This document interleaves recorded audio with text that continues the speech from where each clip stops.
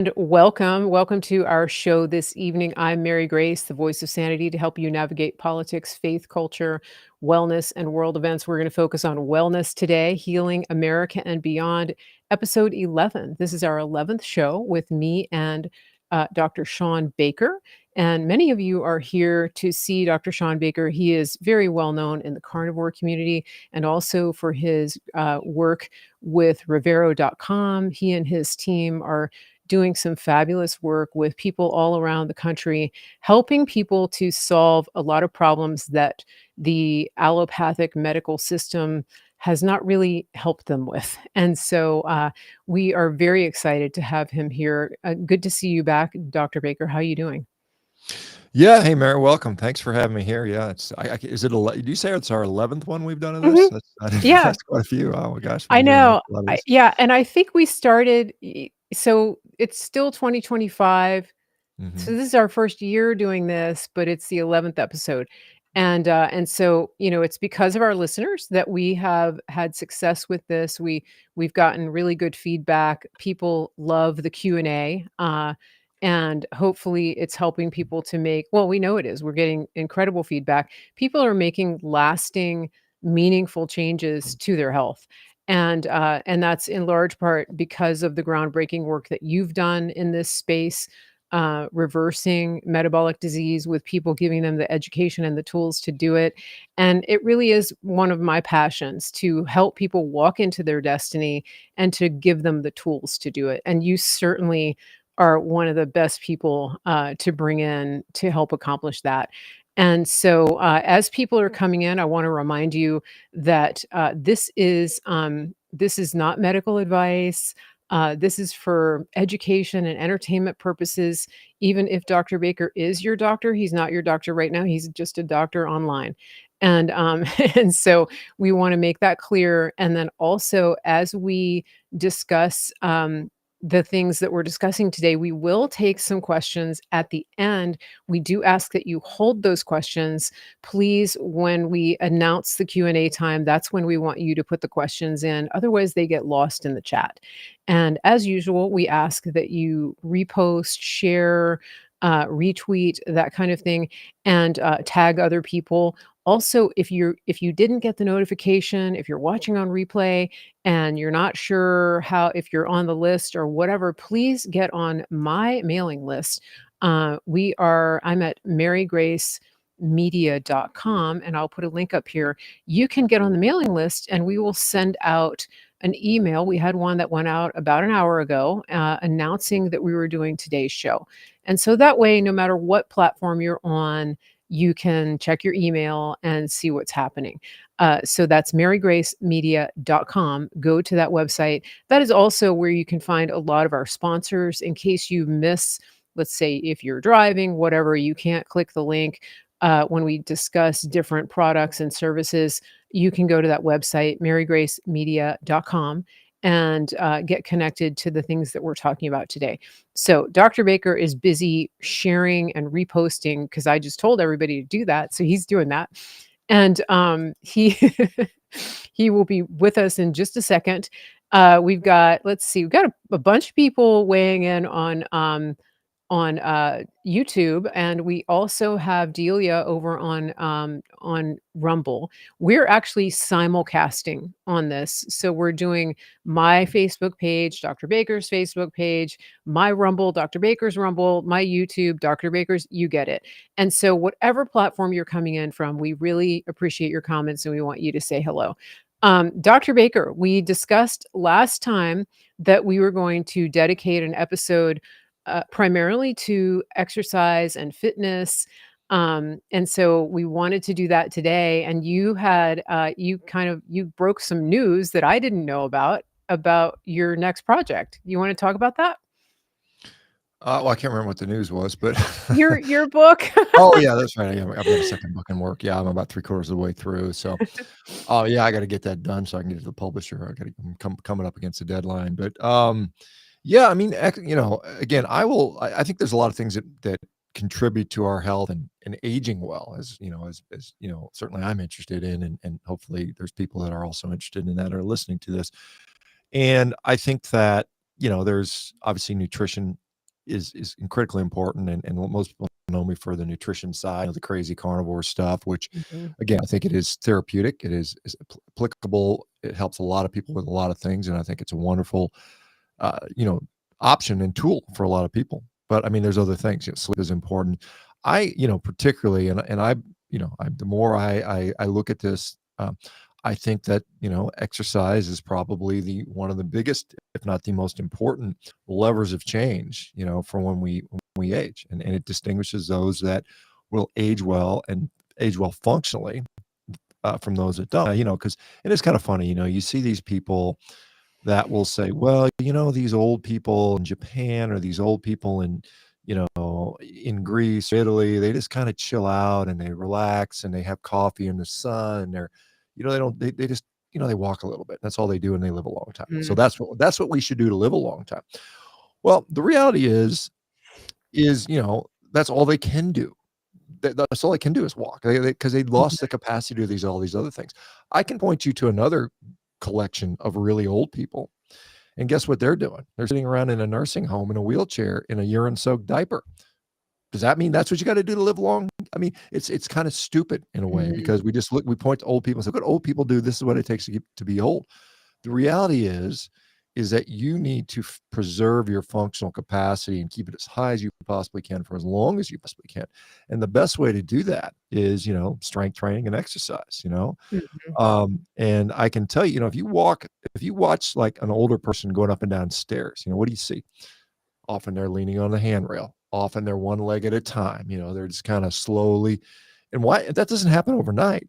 It happens slowly over time.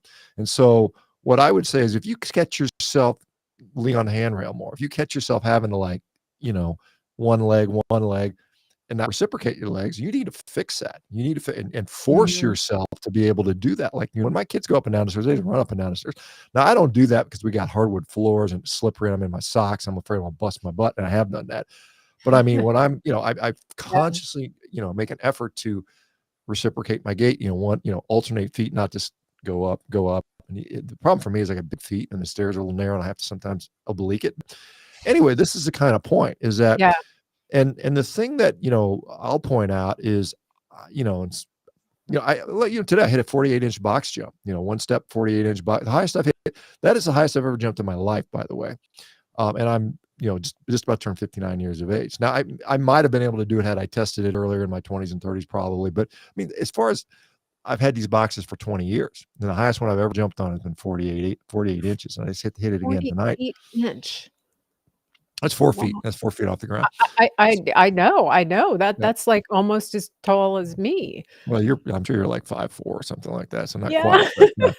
So, I mean, Still. I might be able to jump onto your shoulders or close to it or something like that, but, Oh my you know goodness. the point is, because I train to allow myself to do that. Now, there's people out there say, "Oh, you shouldn't push yourself so hard because 'cause you're older," and Mhm. that to me is harmful advice, and I wish physicians and people would stop doing that because Mhm. they're actively harming people by telling people to take it easy and slow down and don't push.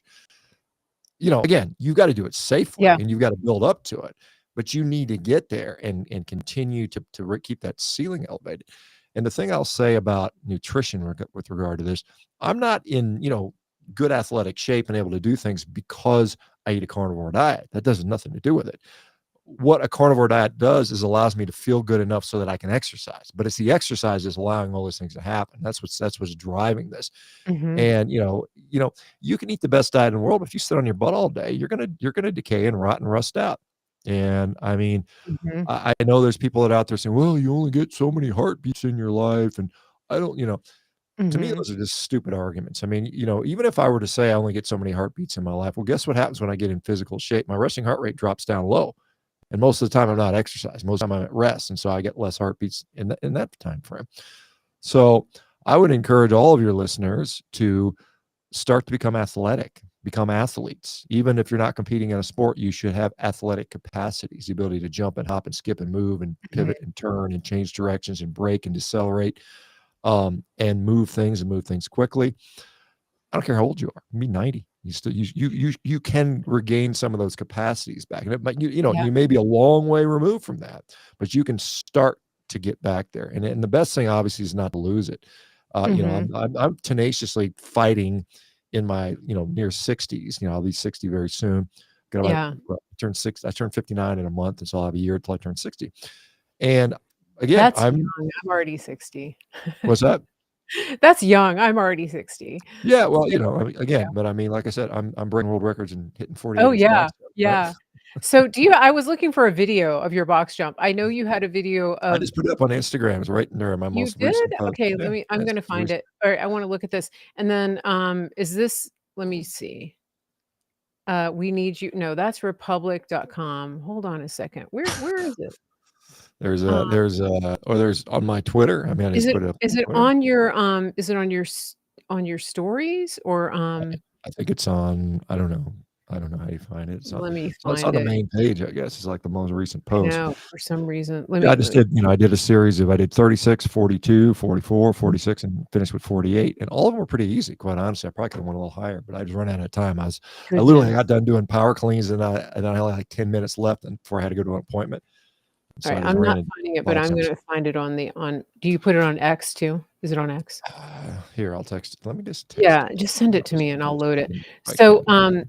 now I wanted to tell you, boy, we've got a lot of people coming in today. Happy to see everybody here. Thank you for saying something in the chat. This is awesome. We've got a ton of people. I do see a question from somebody named Samira. Samira, hold your question. We want to take questions at the end of the show. And also like if you have a like a testimonial, that kind of thing, we don't want to miss it, but it's hard to go back and find them. So just, if we when we ask for questions, please repost whatever it is that you're doing. Just hold it till later. That would be awesome. And we're going to show this. Now, one of the things I wanted to say, so Dr. Baker, I don't know if you recall this, but a couple of months ago, I was talking about my dad. So I'm the caregiver for my stepdad. Okay, he's 88, and for years he was in the standard system with the VA. He was on all kinds of meds, prescriptions, etc. And then about 5 years ago, I was my when I started looking out for him. I That was my first goal to get him off the drugs, and then, 2 years ago, he was pushing 200 pounds, he was, diabetes, high blood pressure, all that, um, but he's only 5'4". So, I put him I talked to him about it, he wanted to lose weight, got him on a ketogenic diet, right? So, he's down to, like, 159 now. Mhm. So 40 pounds lost. But last year he had a stroke. And I had been working with him in the garden and keeping him active and things like that. And that's one of the things that really helped him rehab the stroke. But you said something to me about the just the idea that walking is not enough, right? Because I was saying, I get him up, I get him walking, I get him doing little projects for me, but it really hit home. And it also hit home to me because I'm 60 and I'm his caregiver, so I have to be in shape. And so I've started getting in the gym with him. And I gotta tell you, it's really, he's really motivated. And I wanna show people this video because, Dr. Baker is talking about doing more than just walking, right? Pushing, pulling, lifting heavy things, doing explosive movements. So, mind you, this is 88 and he's just a year out from a stroke. And he was in the hospital total of about 20 days with hospital and rehab. Okay, so this is my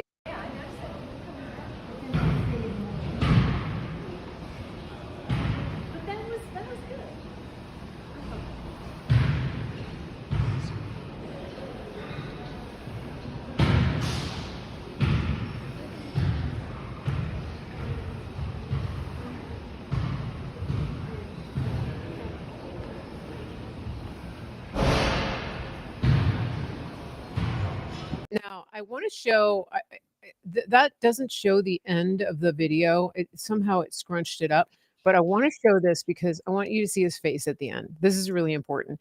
I don't know why the program squished it like that, but let me just show this. I don't know if Dr. Baker can't see it.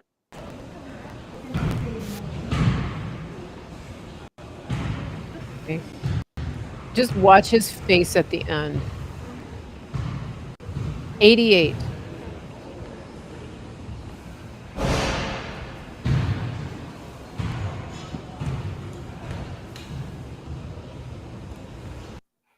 Now, I love that. The little for those of you who can see it, he has this little smile at the end. So, Dr. Baker, it's so exciting because, the other thing is he uses a cane, sometimes he uses a walker, but when we were there, we were doing farmer carries with the kettlebells and things like that, and normally he would want me to help him walk around, but the more we did, the more confident he became, and, I reached out to help him and give him my arm, and he pushed me away.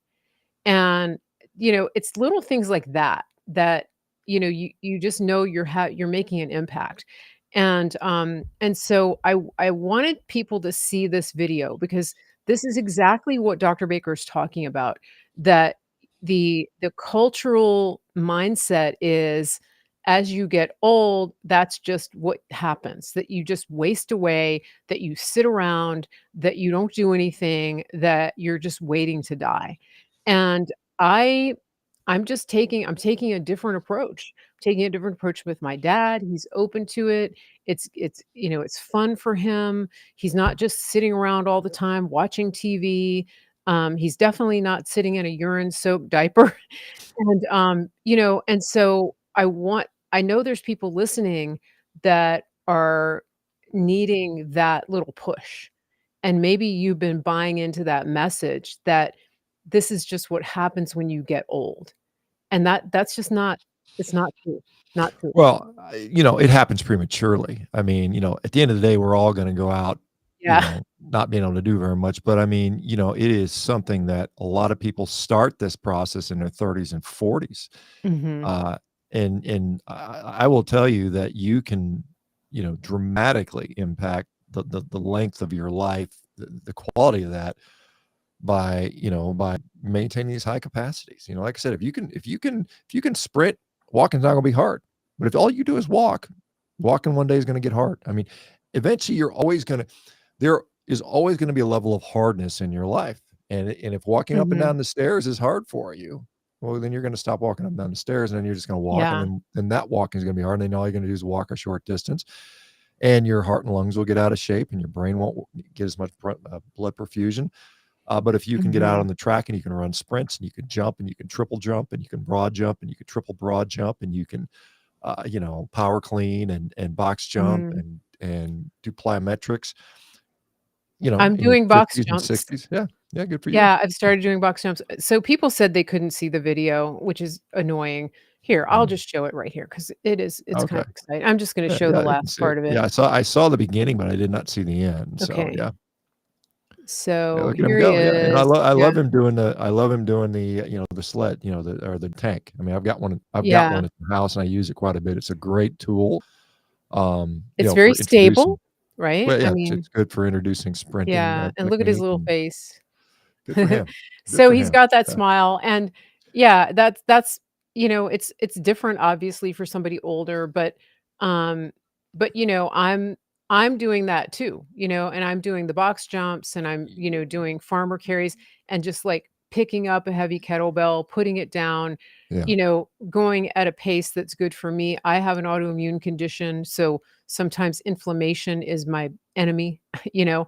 Um and so I have to pace myself, but you really have inspired me, Dr. Baker. That's my point is that, because I want my mind, I want my body to be functioning at a really high level and not to be thinking, okay, decline, decline, decline is just inevitable, Well, right? I think the thing is real important for people to understand is your brain, the function of your brain, your cognitive capacities, your memory, your dementia uh, tendency is very much dictated and modified by how physically active you can be. When you're pumping blood through your heart rapidly, your brain is being well perfused and it's being well energized. And when you are sedentary, all you do is walk, your brain is going to basically start atrophying and dying on you.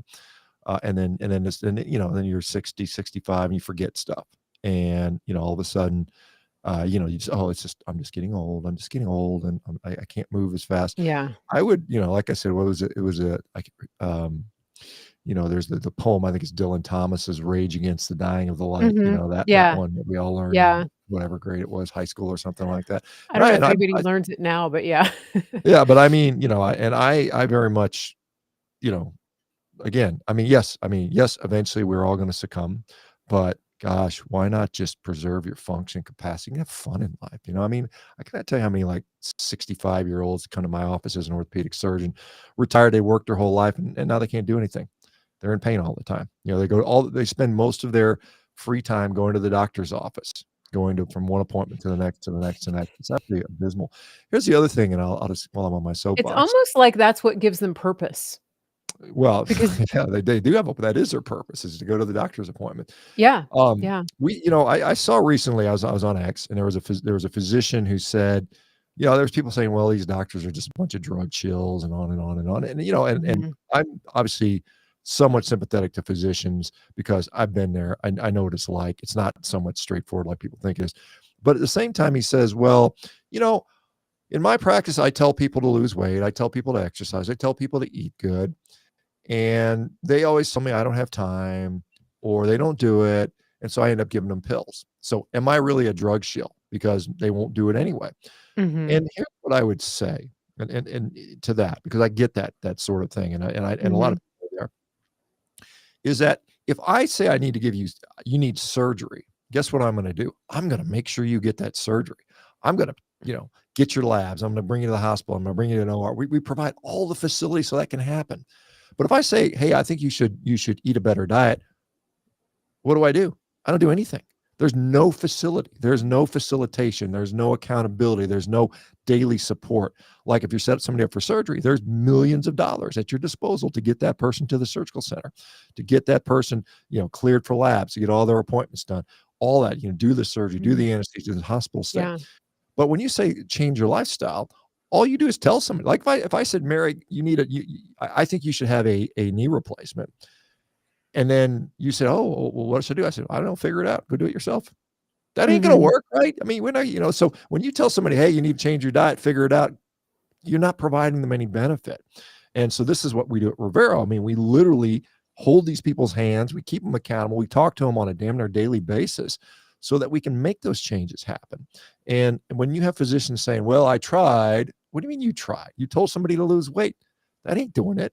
Or Mhm. maybe now you stick them on a drug. But I mean, at the same time, you have to actually facilitate people getting healthy through lifestyle, not just say, go change your lifestyle and expect them to be able to do that on their own. Because a Mhm. lot of people, a lot of people say they can't, or they're too busy, they can't figure it out, or Yeah. there's too many distractions, they're not motivated, they're not held to account. And so I think that cop out excuse is, well, I tried, I told them to lose weight and they never did. So I just gave them the pills, in my view, is pretty weak. It's kind of weak Yeah, sauce. So yeah. that's Well, my speaking of medication, I think this is a good yeah, time for one of the questions I wanted to ask you.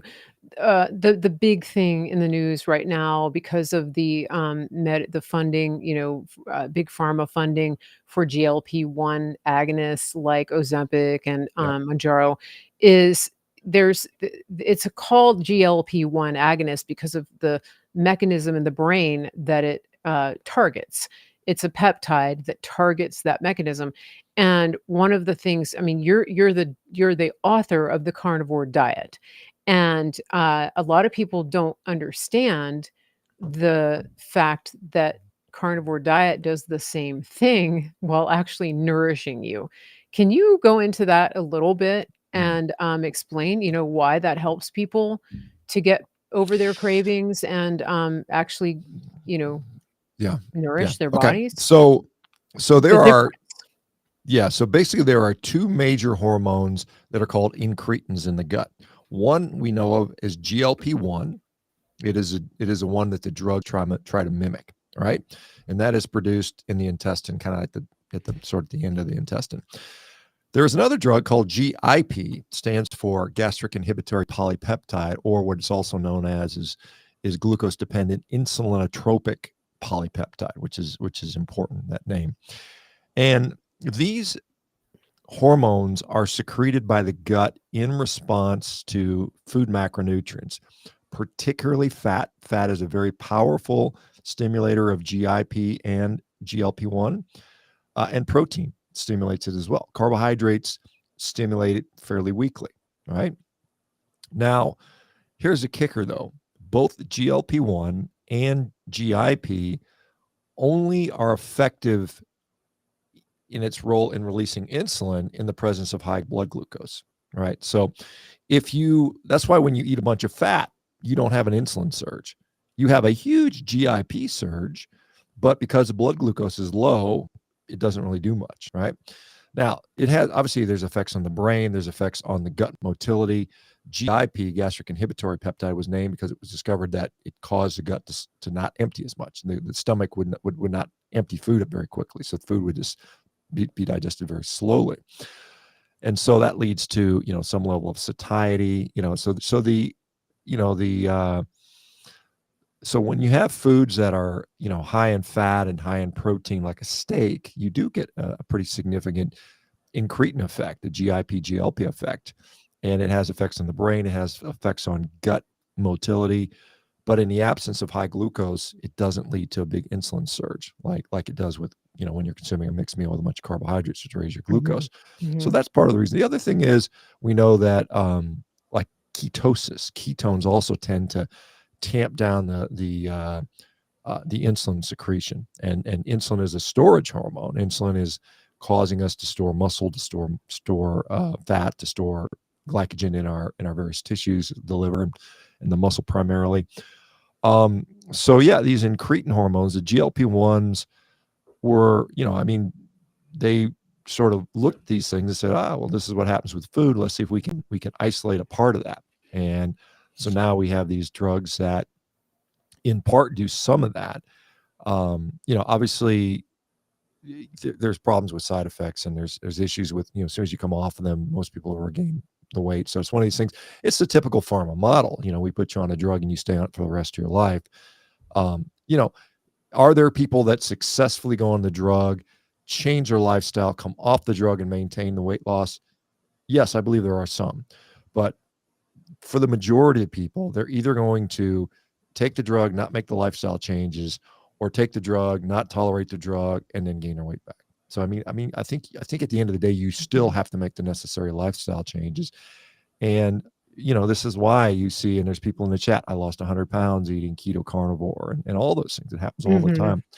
There's a whole bunch of stuff with the physiology, and it's very complicated, very complex. I'm kind of scratching the surface on some of this stuff, but yes, you definitely can strongly stimulate the incretin hormones to include GLP-1 via like a carnivore diet. I mean, we know that fat and protein in particular, fat in particular, is a very powerful stimulant. Interesting. So I think that Um, obviously, like, having, real food, as opposed to starving yourself is gonna be better in the long run, right? And one of the things that we see, for example, with people who go on the carnivore diet and people who go on, like a high-fat, animal-based ketogenic diet is you see in addition to the weight loss, you see all of these reversals to health issues, autoimmune, obesity, which then the accompanying the side effects of that are that they lower their blood sugar, they lower their A1C, they reverse high blood pressure, and so it's like I think that obviously, you know, if somebody's looking for a quick fix without actually changing their habits, those GLP-1 agonists are gonna help them. But if people are looking to change and reverse metabolic problems, diseases, most of which are preventable, it seems to me that the obvious choice is to make a lifestyle change by changing the way that you eat, the way that you move, your priorities, and what you do on a day-to-day basis. That being said, do you think there's any value in somebody going or on any of those medications briefly or doing a microdose to help them get a little boost, especially if they've been dealing with disordered eating their entire lives, with binge eating, with really severe obesity. Have you seen cases where that type of thing will give them a boost to help them get to the next place where they're able to adopt a much better, healthier lifestyle choice?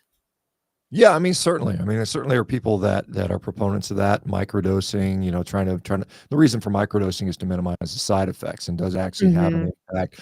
I mean, people are gonna have, the one of the problems that's out there, and this is with sort of this whole peptide thing in general, particularly through the compounding pharmacies, is a lot of people run into issues with, is how well is it compounded? Is it even Mhm. accurate? Things like that. So some of those are issues that are out there. And then again, there's no real trials on these. There's no real data that says, this microdose has been shown to show this. This is all kind of like, do it yourself cookbook stuff, which, for some people, hey, they can make it work. Mhm. At the end of the day, you're still going to have to make the decision that you're going to change your lifestyle and do those Mhm. things regardless. Yeah. I mean, you have to go into it that way. And it's something, and like I said, at Rivera, we don't typically put people on GLP-1s, but in the event that, nothing else is working, it's something we consider as an option. And to my knowledge, I don't think I don't know if we've Mhm. started anyone on them yet, because we've had success without it. But, Right. yeah, I mean, it's one of those things that there are, risks and benefits to everything out there, all drugs, especially. And, it's like, if you can get enough benefit to justify the risk, and if nothing else, I mean, this is the argument for bariatric surgery. Like, we got people that are morbidly obese. They're 4, 5, 600 pounds. They can't lose weight. They're literally dying. Hey, let's go cut out half their stomach, and they'll lose weight. Now, yeah. I mean, and Yeah. then they have all kinds of problems for the rest of their life. But they Mhm. lost the weight, and maybe on net they'll live a little longer. Maybe their quality of life Mhm. is, well, I don't know. I mean, you lose weight. If you're walking around with an extra 300 pounds, losing 300 pounds is undoubtedly going to make you feel better. Mhm. Undoubtedly, that's going Yeah. to happen. Yeah. Um, Yeah. Well, and the thing I think the key, let's get back to the exercise piece because you're talking about getting stronger, putting on muscle. And obviously, people may not know this, but have increased muscle increases metabolism. It increases your body's energy requirements. So, going back to the lifestyle changes, you're advocating for a better way of eating, but then the other piece of it is exercise. So, can you talk about what you're seeing, not just with your clients, but in general when people start to add muscle, to build muscle? And is it a lot harder for people who are older? How can they really maximize that? well, first of all, I will say there are a wide number of studies that show patients in their 80s and even 90s can put on muscle. There is no like expiration date on when you can put on muscle. You can put it on your 50, 60, 70, 80, 90, Mhm. even 100. So that should not dissuade you. I mean, what's going to limit you is energy, maybe pain, things like that. It's hard to train squats when your knees all hurt or your back's in pain. And so, but those people that I have seen that have long-term successfully gone from a sick, obese, diabetic, limited person to someone who is now vigorous, athletic, and able to you know, really live their life. Almost all of them, without exception, have adopted a mindset to start moving at the very least, and most of them will add strength training and activity to that nature because it's so incredibly powerful and so incredibly important. Putting on, I'm like I said, I'm researching this book. I believe the stat was for every 1 kilogram of lean muscle you add has a 10% mortality benefit. So that is to say, if you can add Wow. a kilo of muscle, you have lowered your risk for mortality by 10%. Now, it doesn't mean putting on 10 kilos is going to make you live forever, 100%, right? But I mean, there's an Oh, come additive on. effect, and there's an Yeah. additive effect that every little bit more muscle that you can put on will have benefits. And we know across the board, lean mass protects us from cancer, heart disease, Mhm. diabetes, dementia, frailty. I mean, on and on. I mean, Yeah, there's so yeah. much data on this stuff. And so if you're not actively trying to put on muscle and get stronger, you are likely doing yourself a grave, grave disservice. And I mean, and it's not easy. I mean, I got to tell you, I mean, so just, I'm a guy, I don't take drugs. I don't take TRT. I don't take any sort of, these sort of anabolic things that a lot of people do. A lot of people my age do take them. I personally don't feel it's right, but, so it's Mhm. hard. I mean, it's hard. I mean, I've got a lot of muscle. I'm 248 pounds, uh, you know, so I've got a lot of muscle mass. I mean, but I built that up over decades. And I started lifting weights when I was a 13-year-old kid. Mhm. It's 46, almost 46 years ago, and I never stopped, and I never plan on stopping. Um, so I mean, obviously, the best time to start was when you were young or yesterday. But if you haven't, start today. Don't wait. I mean, this is a thing that its Mhm. benefits are enormous. So, you're talking this reminds me of I don't know, do you know the guy on X? His name is Hal Cranmer, Yeah. and, okay, he has these nursing home facilities in Arizona, and it's called A Paradise for Parents. You guys can look it up, paradiseforparents.com, and he is actually, uh sending people home from memory care, because he is using a ketogenic, slash carnivore diet on his with his residents, and, it's quite something. I've actually interviewed him before, and he has 5 locations out there in Arizona, and he's definitely breaking the paradigm because he's literally like, most people go into assisted living and that's their last home. And he has people who are losing weight, who are regaining their memory and ability to function on their own. And it's because of changing their diet and lifestyle. It's amazing.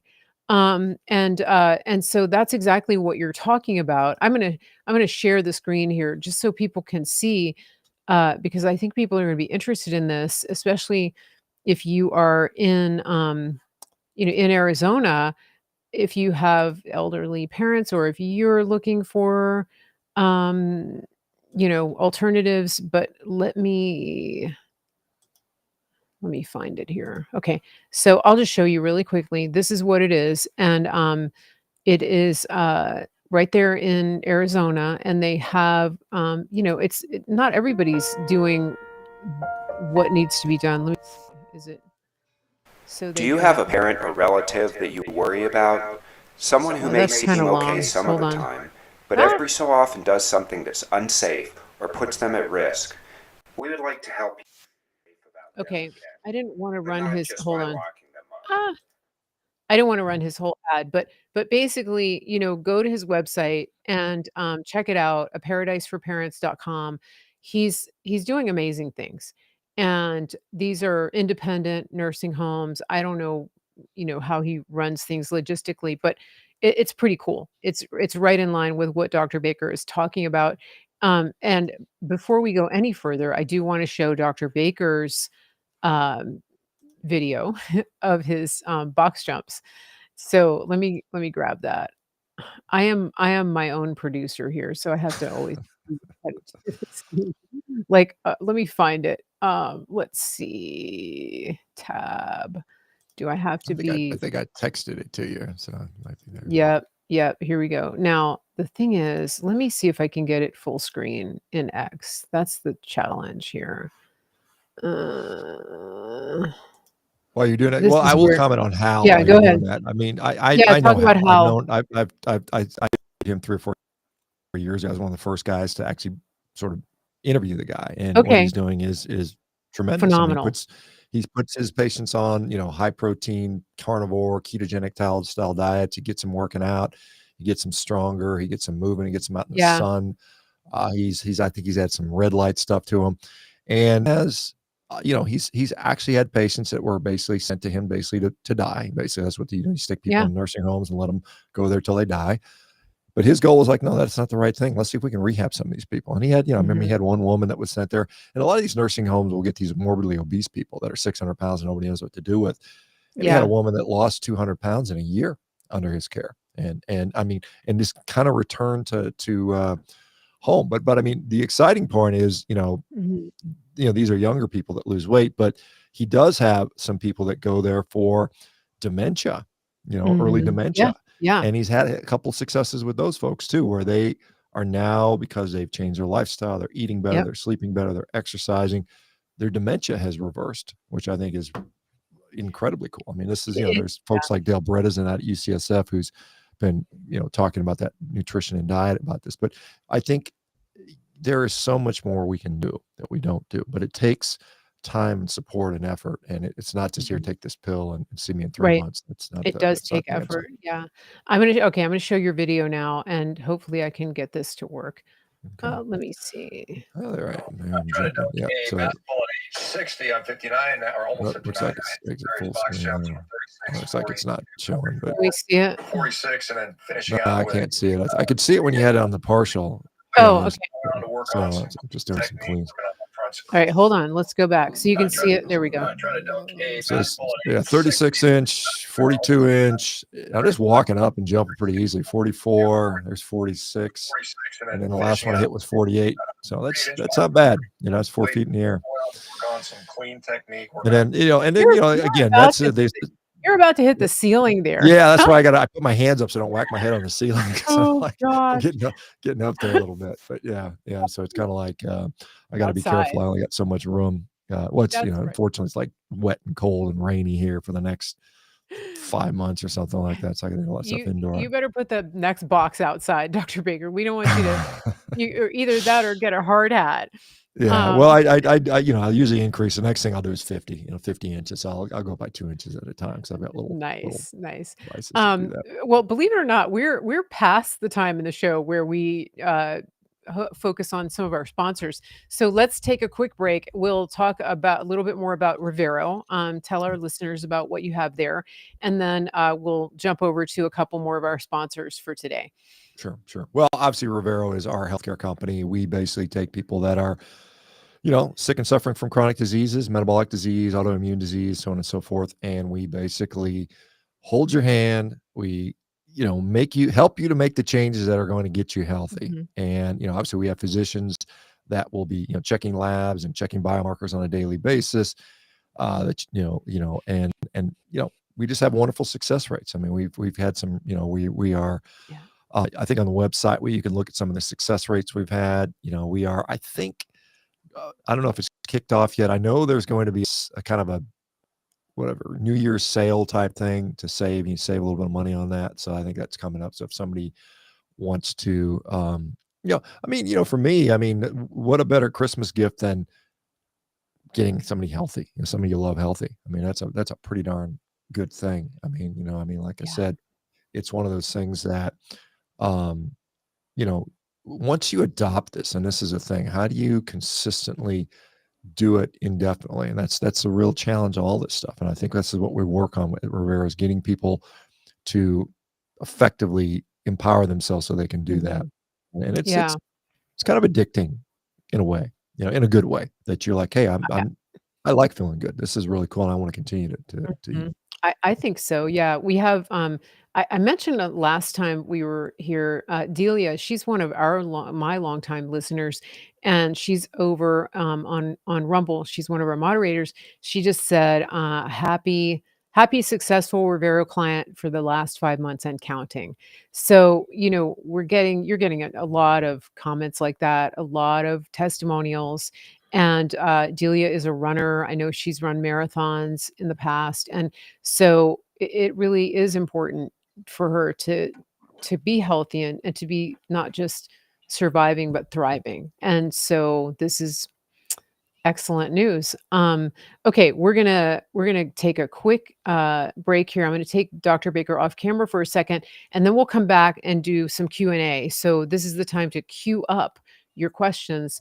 Uh, Q, preface Q, your Q. questions Preface I'm glad you got that. Preface your questions with triple Q, and we'll be right back with Dr. Baker, and want to share a couple things with you guys. So one of the things that our listeners love here is finding very high quality products, and that is something that we offer. Our sponsor today, our main sponsor, is griddownchowdown.com. And this is a wonderful company that's based right in the US. This is a freeze dried beef product. They also make jerky, but this is ground beef. You put this in water, you reconstitute it, it makes ground beef that you use for any ground beef recipe. It's grass fed, grass finished, farmed and processed in the USA. These farms are owned by American ranchers, and the guys who run the company live out in Oklahoma. I've met them, I've talked to them. And this is incredible because if you look at the package, it has one ingredient, and that ingredient is beef. And so that's what people are looking for when you talk about clean eating and getting away from highly processed foods. You can't get any cleaner than uh, an item that is just beef. So go to griddownchowdown.com. Use promo code Mary Grace. They have a great subscribe and save option over there. They do have jerky now. Like I said, they have pre-made patties, and we get a lot of orders from you guys who are watching this show. Obviously, it's where your focus is on the carnivore diet. So, use this for prepping, for stockpiling, or for your weekly taco meal, whatever it is you want to do. Griddownchowdown.com. And they started actually during the pandemic. They had they were starting to stockpile beef, and then they had a power outage, and they lost a whole freezer full of beef. And they have families to feed, and so they started going the freeze dried route. And so because of that, because of their power outage, you now have the option to get a wonderful freeze dried, grass fed, grass finished beef for you and your family. It's pretty cool. Keep in mind, please, that this is a locally owned business. They don't have the turnaround times of the big box stores and delivery companies. So please be patient with them when you put in an order. And if you ever have any problems at all, contact them or contact me, info@marygracemedia.com. We'll get to the bottom of it. But we do so appreciate your supporting and helping. Every time you purchase from this company, you are helping to save American farm and ranch land. So I appreciate it. Some people are scanning the code there. It is griddownchowdown.com. Use promo code Mary Grace. And the other thing I wanted to highlight today, we have another sponsor. This is Mary Grace Essentials store. And some people do take supplements. The problem is you don't know the purity and efficacy of some of the supplements you're getting from some of these big box stores, from some of these online providers or retailers. And so what we do at Mary Grace Essentials is we work directly with the manufacturers. So when you get a product like from Thorne or Pure Encapsulations, it's coming directly from them. Our prices are competitive. We have subscribe and save models. We offer free shipping. It's right there at Mary Grace Essentials. Just go to maryrgracewellness.gethealthy.store. If that's a mouthful, you can go directly to my website, marygracemedia.com, and you can click on the wellness store, the essential store from there. So it's marygracewellness.gethealthy.store, or go right over to my website, marygracemedia.com, and get to the store from there. We really do appreciate you supporting and being here. And hopefully, if you do choose supplements, you're going to choose the pure supplements that are coming to you from the actual manufacturer and not counterfeit supplements. We don't want you to hurt yourself trying to get healthy. So we're going to come right back to our show here, and we're going to bring Dr. Baker back on, and hopefully we'll be able to answer. Well, he'll be able to answer some of your questions. There's been some comments on YouTube about the lag in the video, and there is a little bit of lag on, I think, on Dr. Baker's end. That's maybe not you, it maybe is us. And so we apologize, but we do appreciate you tuning in. We thank you very much for being here. and we will do our best to fix that down the road. All right, we've got a ton of questions coming in here. Um, Dr. Baker, are you able to see? All right, somebody has a question about can't afford beef. Um, yeah, I buy ground beef, so there's that. You don't have to buy steaks. I will say that. You can get beef without buying steak. It's nutritionally great. Okay. Yeah, absolutely. Again, it depends on where you live. I don't know what U.S. or elsewhere, but I mean, generally, you can still find ground beef at a reasonable price, and there's nothing wrong with ground beef. And in fact, the only reason I don't eat more ground beef is because I get people sending me steaks for free. I mean, that's just the Oh, truth, the I need cold, to join hard, that honest club. truth. Yeah, no, it's a good club to be in. I'm not complaining at all, but I mean, a lot of Yeah. steaks in my freezer. I just got to eat them up. But I mean, I like ground beef. I'll eat a lot of it. Sometimes I prefer ground beef to a steak from time to time. But yeah, you could obviously chicken and pork, and those things are going to be a little more cheap. The downsides, are that there's less fat in there. If you're on a truly low carb, you need the fat for energy. There's some concern around the feed quality that goes into these monogastric animals. Cows have they're ruminant animals, so they have a different digestive system than say a pig or a chicken does or a human does, and so we have Mhm. different issues with Yeah. that. So I think beef and lamb, in my view, are I think you should get at least some of that in your diet. If you're Mhm. on like a carnivorous diet or something like that, because it is so nutritious, and there's a lot of things that you get more abundantly in beef than you would in say chicken. I mean, I have seen people that have supplemented in chicken and fish and pork, assuming they tolerate. Some people just don't tolerate it well, but those things can work, Yeah. well as well if you're for whatever reason dead set on doing a carnivore diet. Eggs and dairy products are also quote unquote carnivore, and they can be acceptable. Again, caveats being that some people do better or worse depending on their tolerance, I suppose. But it doesn't, in my view, in my experience, and what I've talked to many people end up saving money by eating full meat diet just because they don't need as much, and they cut down all the waste and all the garbage and all the stuff, all the organic vegetables that end up in the trash half the time, and Mhm. they don't get eaten, Yeah. or the stuff Yeah. that just doesn't. The other thing you have to realize is all these fiber rich foods, and I'm going to knock on fiber a little bit. I know some people get offended when I do this, but most of that fiber ends up in the toilet. I mean, you're literally nourishing your toilet, your septic tank. You're not really nourishing your body. So, I mean, when you're eating meat, it's being fully digested and absorbed into the cells. The purpose of eating. And, I don't think that the purpose of eating is to have bigger bowel movements and feed the septic system.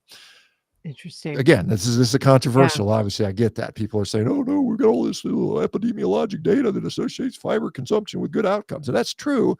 But again, if you think about why is fiber beneficial? Well, it prevents glucose excursions. It provides satiety. It's associated with Mhm. a higher quality diet. And you can say, well, can I replicate those particular, butyric acid? Can I replicate those things another way? And the answer is yes. You can get satiety through a carnivore diet. You can lose weight with a carnivore diet. You can decrease your blood glucose on a carnivore diet. You can produce short chain fatty acids on a carnivore diet. So, I mean, it's like the benefits are not because you have undigested wood pulp sitting in your gut. That's not what's actually making you healthier or live longer. It's these knock-on effects and maybe the things it's displacing, but you can get those same effects Yeah. alternatively. So, That was a good rant. Mic drop. I I mm, I wanted to, speaking of stomachs, okay, or gut, I wanna go back to what you were saying about the ruminant animals, because for me, one of the things that helped me to get over the hump, um, when deciding to pursue carnivore way of eating, something you said about the cows is that they're ruminants and that they have these, multiple stomachs. And this is what was explained to me, and this is what really helped me, because I was caught up on the idea that you have to have grass-fed, grass-finished, the perfect beef in order to go carnivore. And then I found out a little bit more about the landscape of a cow's stomach, which is that it actually, because it's a ruminant animal and it has 4 stomachs, the cow can handle more toxins than we can. And this is what you were saying about the other animals like pork or chicken. They don't have the multiple stomachs, and so if they're eating junk, it's less likely to be processed through their stomachs, and it's more likely to end up in you as a human being consumer.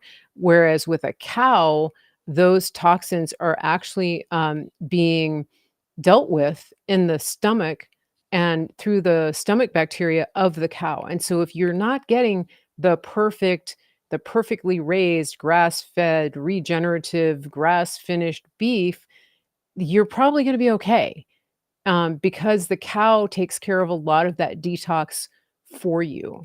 Is that something that you can weigh on a little bit? It was very freeing for me to get that information.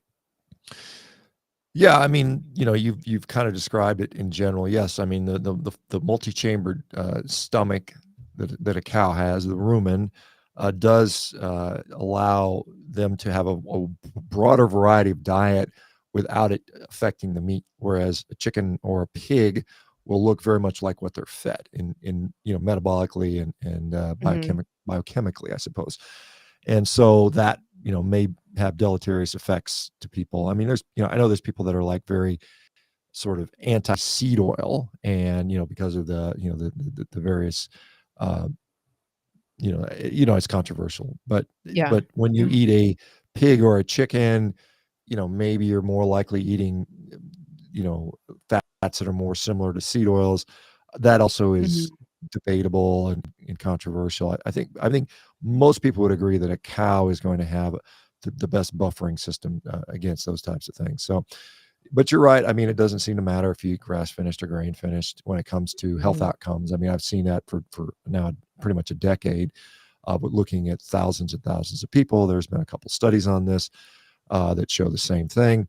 And so I tend not to worry about it too much. I mean, given that there are individuals that will have an individual preference or an individual response, and so you just have to keep that in mind. But you can't make a broad brush Mhm. blanket recommendation that says everybody has to eat a grass finished animal for this diet to work. That's just not Right. the Yeah. case. And one thing that, for people who are worried about the sourcing of ground beef, for example, or what else goes into it, it is possible to grind your own meat.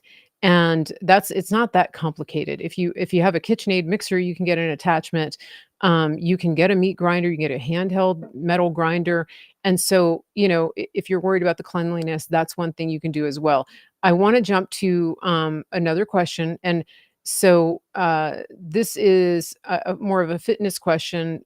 David on YouTube is saying, "What advice would Dr. Baker have for someone who had and has tight Achilles and has just ruptured one?" Ouch.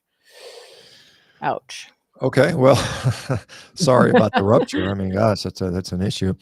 I used to repair ruptured Achilles tendons. I mean, there's an argument to treat it surgically versus non-surgically. I mean, I think most orthopedic surgeons would still recommend repair, although there's people that disagree. But again, this is something that assuming whatever you want to, however you're going to deal with it, whether you're going to repair it or not, you need to still work on those properties. Because you see me jumping up on boxes and people are saying, oh, you're going to blow out your Achilles tendon because and the reality is, certainly there's a lot of people that do and can because they're jumping too high, but because they have not prepared their body to land properly, and they have not Mm, prepared the tendon quality. And that, a lot of it has to do with, what I would do is I would look up something called extensive plyometrics, and I would also look up the Plyos Plus program. A friend of mine, Matt Watson, he's a former high level high jumper that has been really doing a lot of interesting stuff around with regard to plyometrics and return to play. what's the And program? it's called Plus Plyos. Plus, like plus or minus. So plus and then Plyos, Plyos, Hmm. Plyos, plus Plyos. And I think that's a good, solid sort of framework to start to come back from. Now, obviously, you've got to let it heal, whatever, however you end up treating it, either non-operatively. Then the other thing that's important to remember is our tissue quality is impacted by what we eat. I mean, just like an animal, you can talk to anybody that works in a butcher shop, a slaughterhouse, they can see the meat cuts differently depending on what's the animal's fed, right? Hmm. And our tissue property have the same thing. If we feed ourselves a diet of garbage, our tissues is going to get weaker. It's going to tear more easily. So we have to feed ourselves properly. So this is where I think a carnivore or similar diet is going to be a really, really beneficial thing to help you repair that stuff. But not only do that, but then as you progress to doing the extensive plyometrics and eventually the intensive plyometrics and jumping and all that stuff, that you have the building blocks to continue to make those adaptations that are occurring, because the muscles, the tendons, the ligaments, all are adapting to what we throw at them. And when we just sit on our butt, guess what the adaptation is? It just gets weaker, right? Guess That what makes happens to our sense. Yeah. cartilage when we don't squat down and we don't use our knees? They just get weaker and they fall apart and they crumble away. Your body needs to see force to maintain its integrity. And that's the thing that I think a lot of people get lost on when they get older, because a lot of people have lost that integrity and then they get hurt. So you need to get that back. You might have to start at it at a very, very slow, very careful, methodical place. I tell people to start bouncing. Even if you don't even leave the ground, just bounce in place, sit down and bounce your leg off the ground. Tap your foot on the ground up and down, build that up, and then you can start to jump an inch off the ground. Land with 2 feet, and then do it with one. Then change. Then exchange your feet. Move them back and forth, and then hop on one leg. If you can hop, that's the hardest thing, is hopping high and far on one leg repeatedly. Incredibly challenging. That is, it's little kids can do it, young kids can do it, but once you Yeah. start getting older, that's probably the pinnacle of athletic ability in many ways. And you see some people that can, like, on one leg hop over 3-foot high hurdles repeatedly. Like, you look at guys like Linford Christie, who was an Olympian, hopping down the track on one leg, clearing It's 3-foot hurdles amazing. with one leg. It's That's incredible. crazy. That's crazy. You know what else is challenging is skipping. Do you know there are people who can't skip? Of course, yeah. And again, Like, skipping and is a good thing. Skipping is yeah. I skip all the time. I skip. It's part of my track warm up. I go out and skip. I Okay. do skips, Okay. skips for height, skip for distance. But again, you got to build up to this stuff. You got tight Yeah. Achilles and a ruptured Achilles. You're not ready to start Mhm. skipping yet. You got to eat right, and you got to start just bouncing on the ground, light. You might have to do that for 6 months, and then you So can no start doing skipping a little yet bit of jump. and no jumping rope. Not in his situation, but other people maybe, depending on how old they are Yeah. and where they're at. Yeah, I started really low with the box jumps, like 6 inches, So, Yeah. but I see David has another question, but let's come back to David so that other people can get a chance. That was a good question, David. We hope you get better soon if that's you. And let's go to Facebook. Craig on Facebook. Been keto for 2 years, lost 75 kgs, weight loss has stalled. Could this be dairy? I eat cheese most days. P.S. My son hasn't had an admission for his bipolar since getting ketones under control. Well, so we got like a testimonial, 2 testimonials, but then a question about weight loss stall. Mhm. Congratulations on your son. That's a big deal. Mental health and keto and ketones is something we've talked about a little bit here. It really helped my anxiety. But the question is stalling after a 75 kg weight loss. Do you think dairy could be the culprit? I think I know the answer. Well, then share. I think that I'm going to see if I have been paying attention. This is my quiz time. I think that some people cannot handle dairy because it can be inflammatory. Dairy is attractive to people, and it can be a little bit of a craving food because of the casomorphines that give you that good feeling that you have, like when eating ice cream or yogurt or things like that. But if you're stalling and you're not losing weight, dairy could well be the culprit. How did I do? Yeah, I mean, those are all true. Yeah, I mean, Okay, dairy is. I mean, what is when we think about what is the purpose of dairy? It's to grow to stuff, right? to To grow grow things, things, right? little Grow things, baby right? They animals, take right? little things and make them bigger, right? So dairy is Yeah. designed for us to. Back when we were talking about the incretin hormones, dairy hugely stimulates these insulin producing incretin hormones. It's a huge stimulant of insulin. Again, caveat, in the presence of higher glucose, right? You need glucose 110, 120 or higher for it to be effective. Um, so yeah, I mean, it could be dairy. It could be that, you lost a bunch of weight and you're still eating the same thing you always ate, and now you weigh 100 pounds less or 75 pounds. There's less of you. There's less. You're a smaller animal. You need less food. I know people want to have this fantasy that you can just eat and eat and eat and eat and eat and never gain weight. That's not the reality. I mean, it might work for a while, and it does work for a while for some people, particularly when they're way overweight. They just feel like they can eat until they're full and they're satiated, and they're not hungry, and they lose weight. But there's a point where that's going to catch up, and you're going to come to this sort of homeostatic part where you probably are the so-called stall, and then you got to do the other things. I personally, I mean, obviously, I would. There are other levers you can pull. I mean, sleep is a lever. Exercise activity is such an important lever. Personally, I'd rather, for me, I'd rather eat more and be able to and do a little working out. I mean, that would be my preference because I enjoy the activity. And you need to, I don't care who you are. If you don't like exercise and activity, figure out how to make it enjoyable. It's not negotiable. You need to figure it out, right? I don't care if it's dancing. I don't care if it's hiking. I don't care if you got to stop sitting on your butt all day. And I'm not saying you are, but I mean, this is something, it's non-negotiable. Figure it out, even if you don't like it. Figure out a way to make it enjoyable. It's so incredibly important. It's going to have so many beneficial effects. Turning some of that tissue into lean mass muscle is going to have another positive impact. It's going to make you be a little bit more metabolically efficient. You're going to be able to suck out energy out of suck out glucose out of your bloodstream more effectively. You'll be able to metabolize a little better. So those are some of the things I would think about. But I mean, if you're a smaller dog, I have two dogs. Sasha weighs 60 pounds, Maximus weighs 20. Guess who eats more food? Guess who I feed more? I feed my big dog more food. I feed my little dog less food. Same thing with humans. When you get to be a smaller human, when you were 75 pounds heavier, you needed more food. Now that you're smaller, you need less food. So just eat a little less. Get used to not thinking about being full all the time. I think that's an important concept. You don't have to be hungry all the time, but don't eat until you're like, stuffed. Just get used to saying, hey, and just give it time.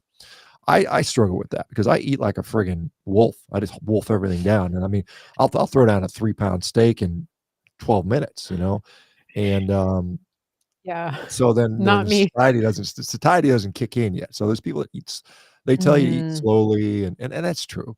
And I don't like doing it. I still eat fast. So you're But I what's mean, called a volume eater, right?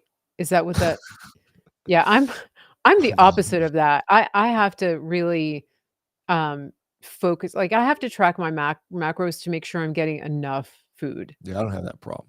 Yeah, so, but there's a comment that I think goes along with what you're saying, on YouTube. Somebody says the real key to carnivore is OMAD, which is 1 meal a day, not Mhm. cheating, because once you add the small amounts of other things, you activate the hunger signals and end up feeling hungry.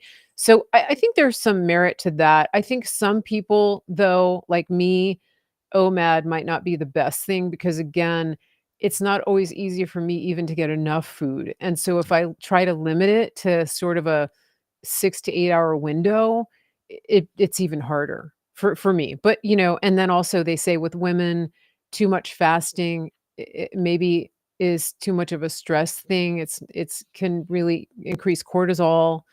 So, what do you think about that, Dr. Baker? Well, it's not really a question, but it's a common convers talking point with carnivore is 1 meal a day. Again, it can be an effective strategy for weight loss for sure. Is it effective for putting on muscle? Probably not. And again, I would like to see people put on muscle as much as I'd like to see them lose weight. And so, I mean, if you look at the conventional literature on meal frequency and muscle gain, most people are going to argue something like 4 meals a day is going to be optimal. Now, obviously, Mhm. this doesn't necessarily jive with carnivore in a lot of ways. And I get people that, when I get somebody who's real skinny or under muscled or having trouble hanging on to weight, then I'll tell them to eat more frequently. Many of the people come to carnivore because they're fat, overweight, diabetic, whatever.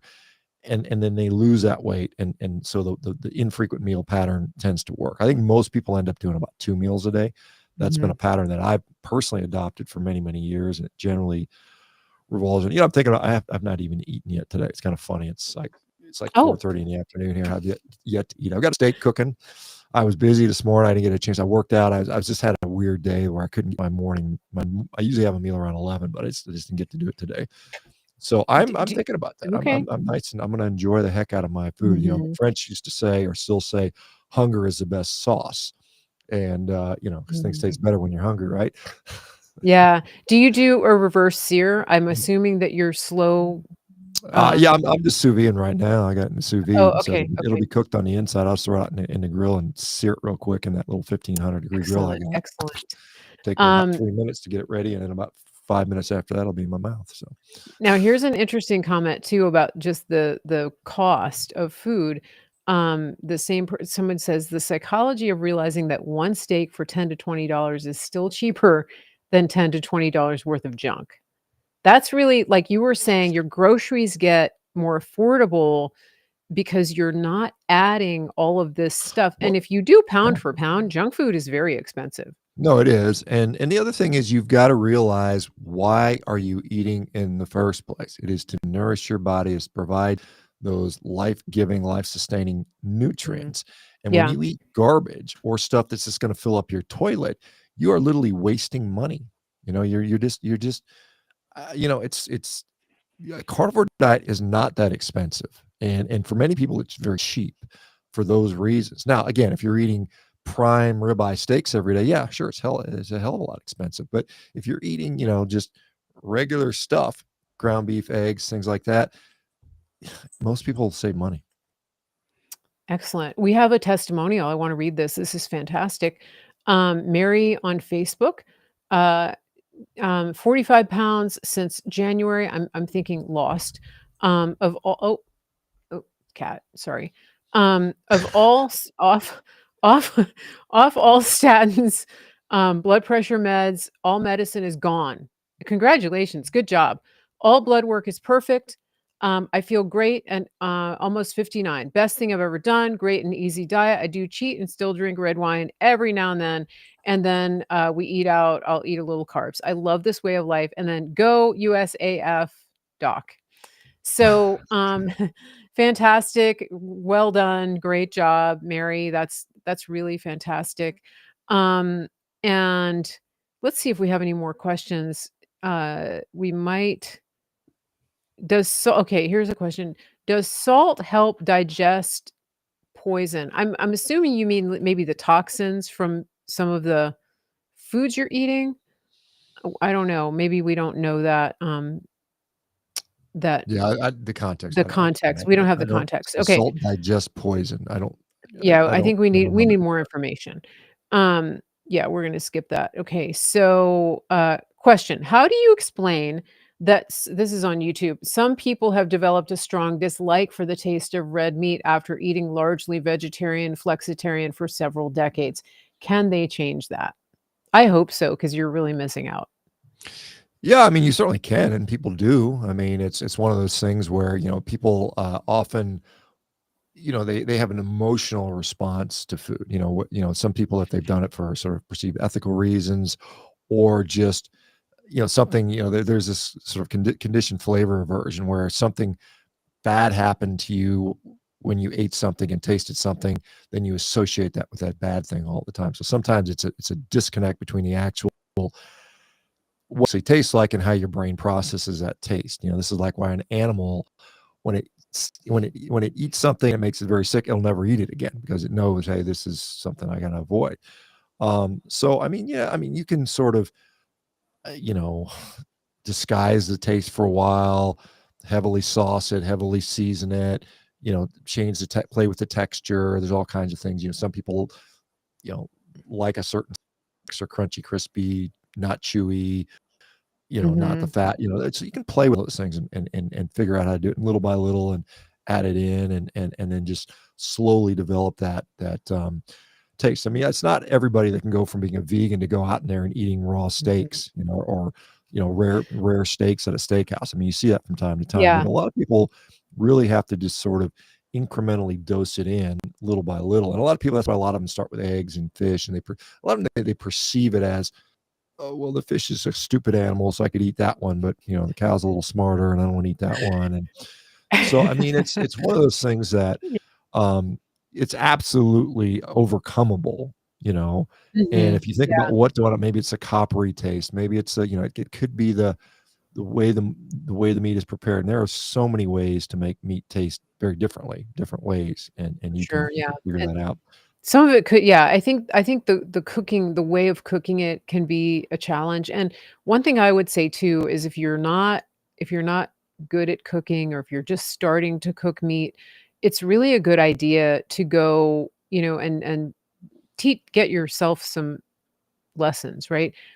There's a chef that I really like on YouTube. He's also on X. It's Andrew Gruel, Okay. Gruel, and he has really good tutorials on just basic cooking. And so if you learn the right way to cook a piece of meat, it will make a big difference. I mean, if you're just throwing your meat in a pan, and it's basically like boiling, because you don't know how to sear or saute, you're gonna hate it. Just trust me on that. You don't wanna do that. So learn proper cooking techniques, and that will take you a long way toward being able to stomach and, develop a palate for those things. Uh, we do have another question. We're going back to David. He has a question. What advice would you have for women in their 50s who want to lose a lot of weight after being very sick for years? Women in their 50s. Well, I mean, the same as I would for a woman in their 20s or a man in their 20s. I mean, you have to take care of the major things that drive health, and this is sleep, this is nutrition, this is exercise activity, this is stress management, and really, I think the other one is light. How we interact with our circadian biology or the sun. So, learn those things, maximize those things, don't compromise, don't give your I mean, failure is not an option. You just got to say, hey, look, I will absolutely adopt the mindset. The people that succeed will eventually own it. They own the mindset that I am not, it's not acceptable for me to be obese, sick, tired, weak, whatever. It's not acceptable anymore to me, and I will never let that be acceptable, and I will do whatever it takes to not have that be me. I think that's what you have to do. You can get support. I mean, this is stuff we do at Rivera all the time. We end up teaching. We have so much educational material and so much support. That's a kind of a hack for that type of stuff. But I think, I mean, you got to think, what are the obstacles? Get the obstacles out of your way. Well, if the obstacles are, I'm tired all the time, well, check into your sleep. If the obstacles are, I'm sore all the time, I'm inflamed all the time. Well, maybe your food's inflaming you, well, yeah, but that works. But then I always backslide because, well, then get the crap out of your house. Get rid of the DoorDash, get rid of the Uber Eats, get rid of the BS that is causing you and facilitating your inability to be successful long term. Surround yourself with people either online or in real life that can motivate you, keep you accountable, answer your questions, those types of things. I mean, it's a process. I mean, and all of us can do it. I mean, I don't buy that Mhm. anybody has an excuse. I mean, I got people that, guys with no legs run marathons, I mean, there's a guy, they got him, Rob Jones. I mean, blew off both of his legs when he was I think in Iraq. He ran 30 marathons in 30 days with no legs. I mean, it's on prosthetics. That's And then why cycled his that's bike better than across the David United States. Goggins.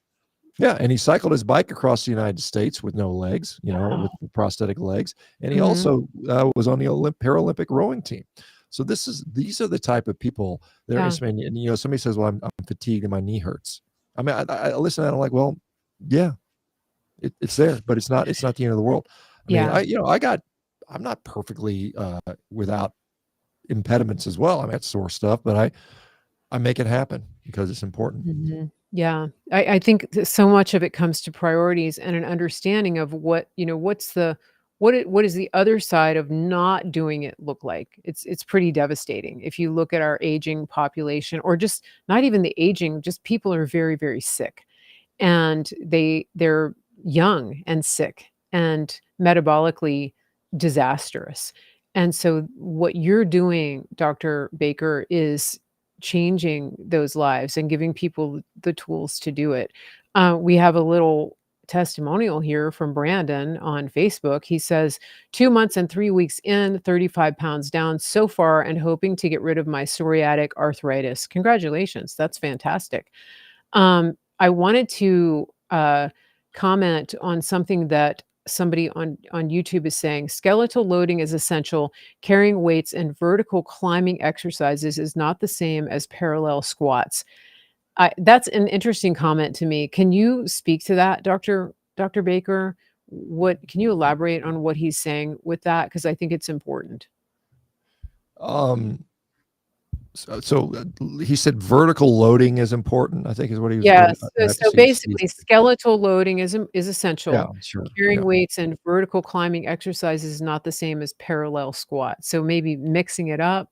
Can you Yeah, talk well, about I that? mean, yeah, I mean, we don't spend a lot of time. Well, I shouldn't say that. I mean, bilateral squatting motions, jumping, and things like that are foundational in that they can help you to get stronger so that then you can later display those other properties. A lot of, like, if you look at developing athletes, like young kids, they're springy, they're bouncy, they've got good nervous system, all that type of thing. Maybe there's some technical things they learn, but most of them are lacking basic strength. To like, if you say I want to jump, I want a 40-inch vertical jump, you've got to have a requisite amount of strength to be able to do that. And so you can benefit from deadlifting, squatting, power cleans, those types of things. Those are very important. But then you also have to couple that with the impulsive type propulsive impulsive type activities, which might be one leg loading, like sprinting, for instance,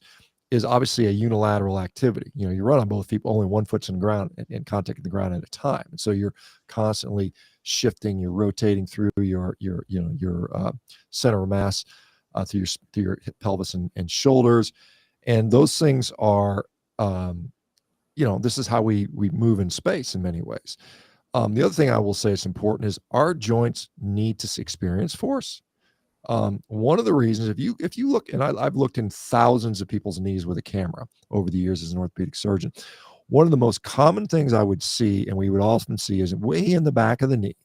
You stick the camera in from the front, and you go into the back of the knee, and you look in the back part of the knee, and we often see wear back there very early. And why is that? Because no one is squatting down deep enough, so that cartilage sees no pressure.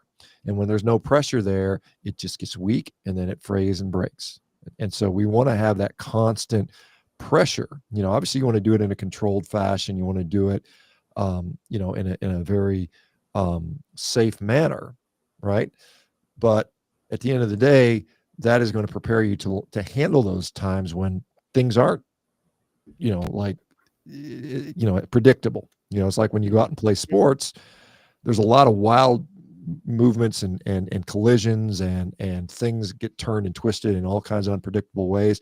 And if you've never been in those ranges of motion with strength around there, you're going to get injured much more easily. So this is why loading the joints in all, in various aspects of its range of motion, not just, squatting all the way deep and loading that joint, and squatting halfway down and a third of the way down and up, and shifting the positions and the ways you get into motions, rotational, side to side.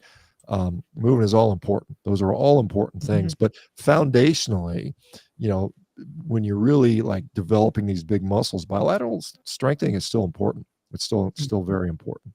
And yes, they're different and they have different aspects, but it's still a very important aspect of it. So I think squatting and deadlifting and jumping and cleaning and clean pulls and those things are important.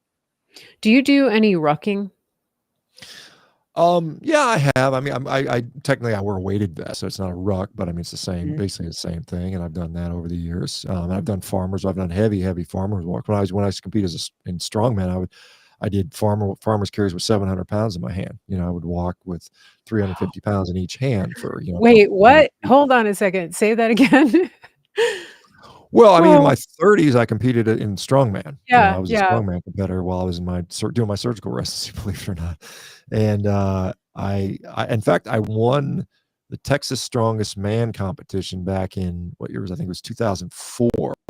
It was like in the 300-pound class. It was like per that weight class. I think I was the winner of that one in Texas, and then I think I took 5th at nationals that year. And then I saw, and then everybody's on steroids. I was like, I don't want to do this stuff. It's all a bunch of drug freaks. I'm not a fan of steroids, so I don't use them and never have. But yeah, I mean, I've always been, I got myself really, really strong in my 20s and 30s, and I'm still living off the benefits of that now in my late 50s and soon to be 60s. And I think Yeah, that's important. So you invested heavily, in those ages. I knew somebody that did strongman. Okay, so here's one more question. This is a good one from Lovely Linus, so I'm assuming it's a woman. I have little muscle and no mind muscle connection. Not sure what that means. You must have some because you can probably walk, right? Can I start with weightlifting or should I do body weight training first to learn coordination? So you feel like you're uncoordinated, basically. That's what I think you're saying. well, Okay. I mean, it sounds like, yeah. I mean, a lot of people talk about the mind muscle connection in the context of bodybuilding. It's like really just feeling the muscle contract and thinking about the Mhm. contraction of the muscle, and Okay. does that allow for greater recruitment of muscle fibers? The studies on that are mixed. I mean, there's some studies that show some muscle Mhm. groups seem to respond better to mind muscle connection, whereas others don't. They're more reflexive. I think that uh, you know, you can certainly groove, like squatting. You can learn how to squat without weight, right? That's nice, and then you can slowly add Mhm. weight to that. But you shouldn't spend too much time without resistance.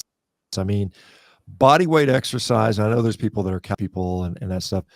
Um, they can be effective, and you can build muscle certainly doing push-ups, Mhm. but it's a less efficient way to do so. If that is your goal, right? What do you And think it may about not be your something goal. like Pilates, where it teaches you to really dial in on, very micro movements, and So, focus on your muscles, be aware I've of never them? done I've never done Pilates. Mhm. I've done yoga. I know they're not the same Apparently, thing. it'll I kick mean, your butt. well, I mean, That's what I've heard. I personally, again, given the goals that I have as being athletic, functional, be able to sprint, jump, and all those things, Yeah. Pilates would be a very inefficient way to get me there where I want to go, right? Mhm.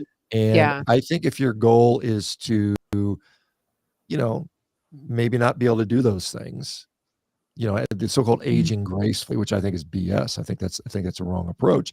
Then yeah, you can do something like Pilates and yoga and Mhm. walking, all that stuff Yeah. that is not very stressful and peaceful and relaxes you. And it still sometimes can be hard because you're straining while you're holding an isometric hold or something like that. But I Mhm. mean, that at the end of the day is not going to make you faster, jump higher, sprint farther, which I Mhm. think those are the capacities that are the top of the Okay.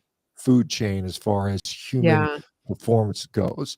And I think we should be striving to reach those things because I think that the benefits, again, caveat, don't get hurt while you're doing this.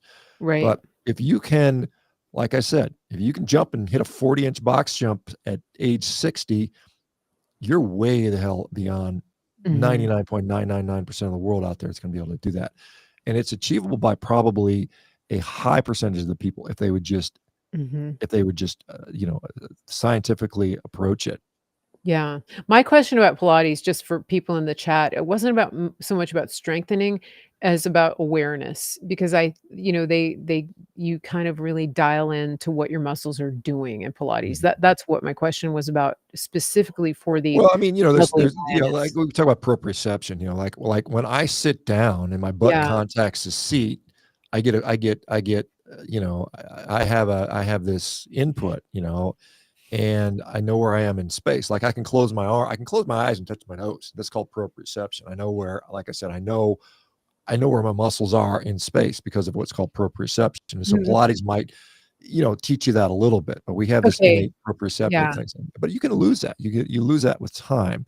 Mhm. Um, but again, I think there's I'll just say I think there's more effective and more effective Okay. things to do with your time Yeah. if you have a limited time schedule. Mhm. I don't, again, given my goals, I got to get on the track. I got to be in the gym. And anything else beyond that, I would just run out of energy or time to be able to do all those things. So Pilates for me would Mhm. not be a useful way. It would not be a useful part of my time. Right. Yeah, that makes sense. So I think we're through the questions. We've gone longer than we usually go. And Dr. Baker, thank you for your time today. I know that you have your steak waiting for you. So Let me I uh, saw a comment from a nurse in there that I just oh wanted to yeah, respond to. I can't yeah. remember, it's way in the back. I just remember reading it. I Okay. didn't read it all, but I mean, basically she was saying, I'm promoting exercise. She's thinking, well, we need to work on nutrition first, and that we need to make sure our older people are eating, 1.2 grams per kilogram of protein. I certainly agree. We need to all be eating probably more protein than certainly what the RDA recommends, and a lot of old people don't eat enough protein, and that's true. And it's kind of funny when I interviewed Jose Antonio, who's a pretty prominent protein researcher and one of the founders of the International Sports Science Nutrition, something like that. Anyway, he's big in that. I remember interviewing him a few years ago, and I said, "Hey, Jose, what about protein in like sedentary people? What are your thoughts on that?" And he goes, "I don't really care. I could care less about sedentary people. That's stupid to be sedentary." I would say you can concurrently increase somebody's activity level as you ramp up their protein, and I think they support each other. You don't have to say, "Well, I can't have this person walk or move or do anything until they reach their protein goals." I think that's unhelpful, because a lot of times activity drives protein hunger. It's like, like when I get done working out, I'm like, God, give me a steak. It's like there is some, because a lot of old people, they're like my mom, they just, oh, I'm full. I ate 2 eggs. I can barely eat it, because they don't do anything. They're Hmm. so inactive that their appetite is shit. Sorry about that. But I mean, Hmm. it's just they don't have enough appetite to justify eating the protein. So then they feel like they're force feeding themselves. So I think at the end of the day, I mean, obviously, lots of caveats here, depending on, is somebody in a walker? Can they barely walk? Are they in a wheelchair? But I mean, you can progress their activity level, and you can progress, even if you have to do isometric sitting in a wheelchair, you can start with that. You can start doing Hmm. something that will stimulate muscular contraction, which will then in turn drive the need for more protein. Right. But yeah, it's Mm, absolutely, yeah, yeah. again, I didn't focus on nutrition on this one. I'm talking about mostly exercise, but yes, foundationally, we need enough protein every day so that we can do the things that are going to benefit us functionally. Yeah, yeah, that makes sense. We missed one question. If you could take a second to look at this one, that would be helpful. Um, I don't know that I can find it. so Maybe it you know it where it is. may We just I read it. found it. Yep.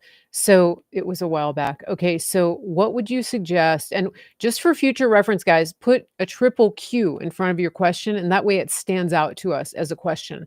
Um, what would you suggest or advise for carnivore diet with a permanent ileostomy and no gallbladder, also stage 3B kidney disease, besides more salt and water, also having a lot of leg cramps? Thanks. So that's Teresa on YouTube. Okay. It's a lot. So, and this will be the last topic. Yeah, he's You got to know, eat. He's got to. This guy's got to well, it's eat. just late. It's already 5 p.m. here, and I got to get It is. my kids coming home, so I got to go play dad here for a little bit. But, um, so I'll answer the last question first, and maybe that'll go into the second one or the other two. The cramping thing. So cramps are interesting. There's not a lot of good data on cramping because it's hard to do randomized controlled trials on cramping, but there are some studies out there. And as part of the book I'm writing now, I did a lot of investigating on cramps. And so cramps, one of the things when I was in my surgical residency, we got signed. We were the team doc. So I got assigned to the local high school, and I go out to the football games and hang out on the sideline. If anybody got hurt, I'd do what I had to do to kind of make them better.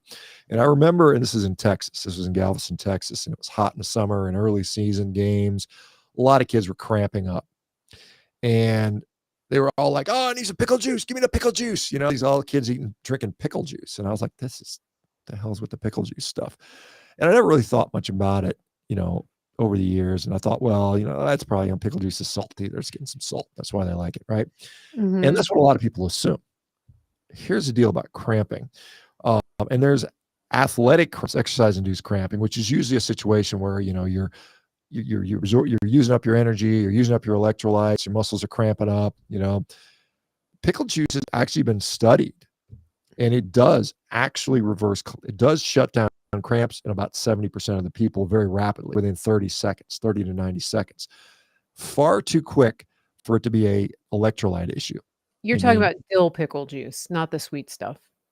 well, just pick whatever, pickle juice or mustard, Mhm. some vinegary stuff, right? Oh, like Um, mustard. Okay. Yeah. Yeah. yeah, so that stuff, and the reason it does that is not because of some electrolyte. It's because we have receptors in our oropharynx and our esophagus, so in our mouth and throat, basically, and esophagus, that respond to capsaicin and Mm. some of the compounds in pickle juice. And there's something called TRP V1 and TRP C1, I believe, is the name of those. Again, I wrote this in a book. I was just researching. It was fun. And what happens is that stimulation in the mucosa of the throat leads to a strong neural inhibitory thing that shuts down the alpha neurons that are causing, that are contributing to the cramping. So that's practically, it's like if you start feeling a little crampy, you can try pickle juice or mustard or something like that, and that will work in about 75% of the people. Some people just don't have a really good receptors. They don't have very expressive receptors. But the underlying thing that's going on are a couple things. One, it could be, yes, an electrolyte imbalance, and some people will respond to taking a lot of sodium or a lot of magnesium, and that can help. But the other thing is, when the muscles are depleted of energy, either glycogen or intramuscular triglycerides, then you are more likely to see liberation of calcium from the sarcoplasmic reticula, which causes the muscles to cramp. And we have this neural inhibition that's released, and we have this just horrible, painful cramping that occurs. And so one of the thoughts is, you can restore the glycogen. You could eat a bunch of carbs. That's why some people do that. Again, if that's not something you're willing to do or able to do, then the other option is to consume a bunch of fat. And this is usually in a situation when you've depleted your muscles of fat. So it could be, I've exercised that day, I didn't eat enough, I'm kind of teetering on the verge of low glycogen, low intramuscular triglyceride, and I'm more prone to cramp. And, so I could take the pickle juice, it could shut it down, but it's only going to last for about 30 minutes. The effect seems to wear off. The long-term answer is you've got to restore either the electrolytes or restore the energy. And if you're on a carnivore diet, then you're going to eat a bunch of fat. And I've seen protocols where people will use up to 400 grams of fat, which is an enormous amount of fat. You think about 400 grams of fat, that's like, 3 sticks of butter or something like that. It's a ton of fat. So the better answer is don't let yourself get depleted. So if you're going to exercise, making sure you're consuming enough electrolytes, taking in enough energy so that doesn't occur. I can't remember the other beginning parts of the question, but the cramping start. But what should I eat? As somebody without no gallbladder, Yeah, the ileostomy as well. gallbladder and the Yeah. So the other thing, again, ileostomy is, she probably knows that, you have issues with fluid management. And one of the jobs of the colon, and this person no longer has a colon, is to reabsorb electrolytes. So again, you're going to be in a situation where electrolytes are very critical, staying on top of that. And then with the gallbladder is usually not that big of an issue for most people. I mean, if you've had a chronically, have had your gallbladder out for many, many years, then you still have bile production. You have what's called a pseudo gallbladder that occurs at the junction where the common bile duct enters the duodenum, and there's usually a little mini reservoir that kind of develops over time. And so it might be that if it hasn't to the point, you just might have to have smaller meals. Maybe instead of eating once or twice a day, you're eating 3-4 times a day. Smaller meals, still get enough fat, still get enough electrolyte and that stuff. And then again, even though you don't have a gallbladder, even though you have an ileostomy, I'd still say get out there, exercise, do all the things that are important. I mean, those Good. are not excuses for that. Well, Dr. Baker, fantastic session of Healing America and Beyond. Wonderful. Hopefully we will get back to you guys maybe one more time before the new year to give you some answers and inspiration as we come into 2026. Can you believe we're almost in 2026? And don't forget, check out Rivero.com if you are looking to make some changes, there's no time like the present. Don't wait till the first of the year. You're like, you know, wellness, being healthy doesn't have to wait for the change of the year. And then also remember that you can go to marygracemedia.com to join my mailing list, check out some of our sponsors over there. And that if you get on the mailing list, you can get notified again when we go live here. And we will not spam you. We won't sell your information, nothing like that. Just go over there and check it out. And then, of course, please support our sponsors over at griddownchowdown.com. Get your American grown, American processed, freeze dried beef. Just pour water in it, reconstitute it. You got your ground beef, and it's good for saving. It's good for eating whenever you're on the run. Whatever you need to do. They also have beef jerky over there. You don't have to reconstitute that. You just eat it out of the pack. So please support them. Use promo code Mary Grace. And I think that's it for now. And Dr. Baker, any last words before we sign off? Well, it's a pleasure talking to everybody. Glad I got to, answer some questions here. Remember, empower yourself. If you're sick, you can get better. Don't rely on it. Excellent. Don't take your doctor's word that there's nothing you can do and just take pills the rest of your life. That's total nonsense. 100%. And 100%. don't also fall for the BS that as you get old, you got to just take it easy and, go for walks and drink coffee and sit on the porch. Do more. Okay. Exactly. Yes. And that's what we're doing over here in our house. And as always, I like to tell people go outside, look at the sky, touch some grass, talk to God, put your phone down, and just be and get fit. And we will see you back here again at for another episode of Healing America and Beyond with Mary Grace and Dr. Shawn Baker. Everybody have a wonderful evening and a wonderful weekend. And ACC championships coming up. Go Who's. Yay. Everybody have a great weekend.